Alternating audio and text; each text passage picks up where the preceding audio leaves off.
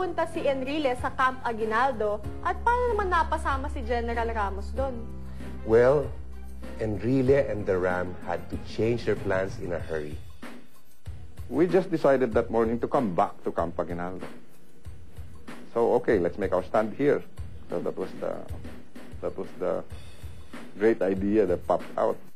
Of course, General Ramos was in this thing since way back because his boys were part of the tactical group.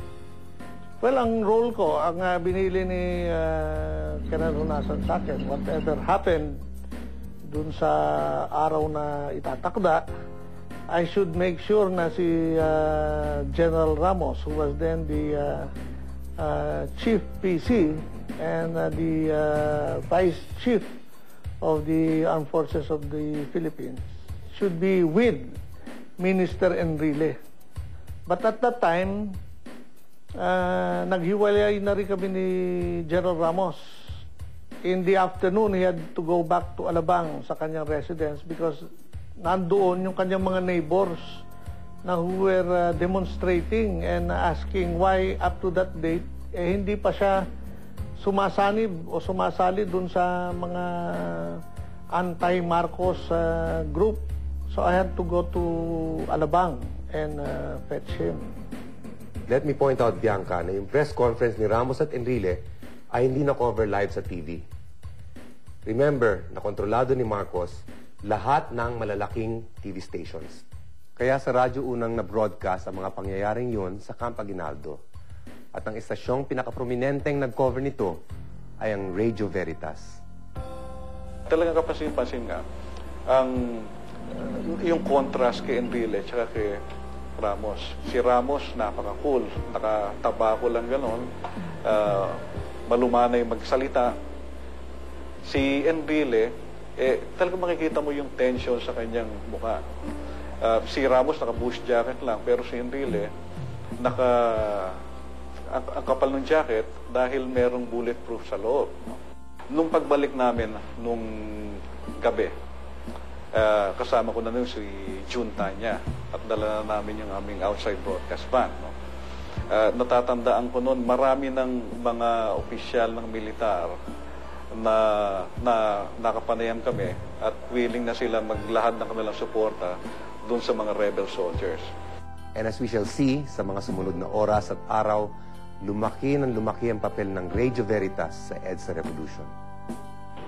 Dumating kami sa Villa San Miguel mga bandang 6:30 ng hapon at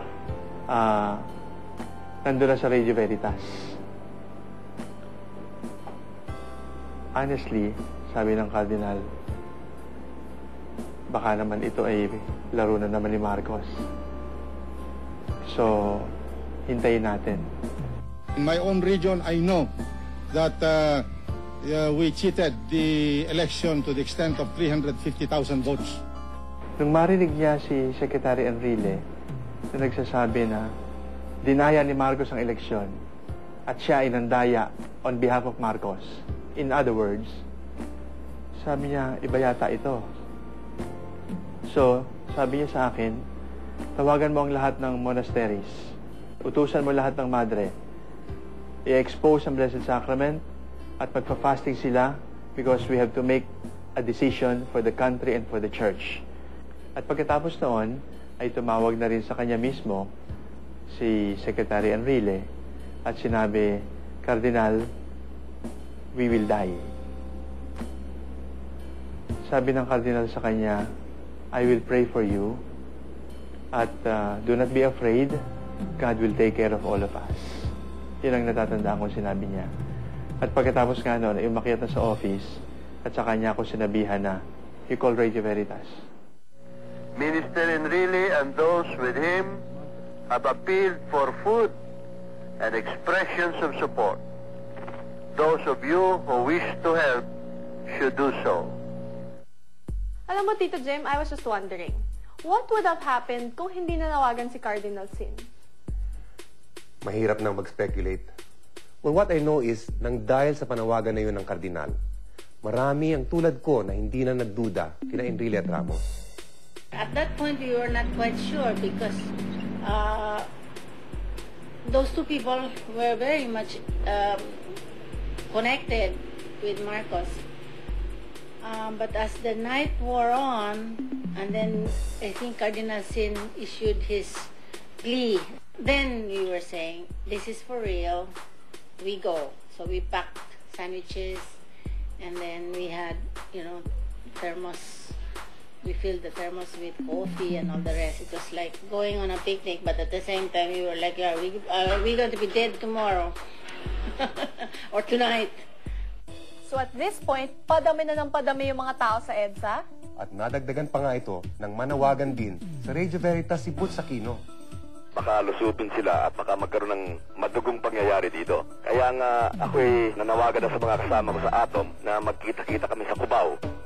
Pero ang katakataka, lalong-lalo na para sa mga taga-ibang bansa, parang hindi nagre-revolusyon ng mga tao. It seemed like Filipinos were going to EDSA to have a fiesta.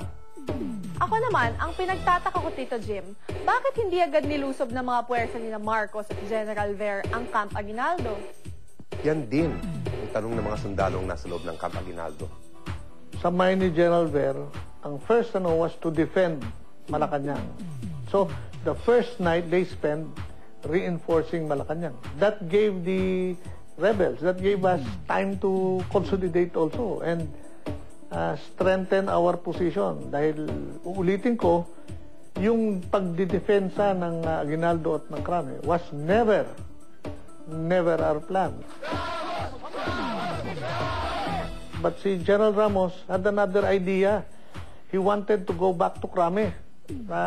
Initially, I was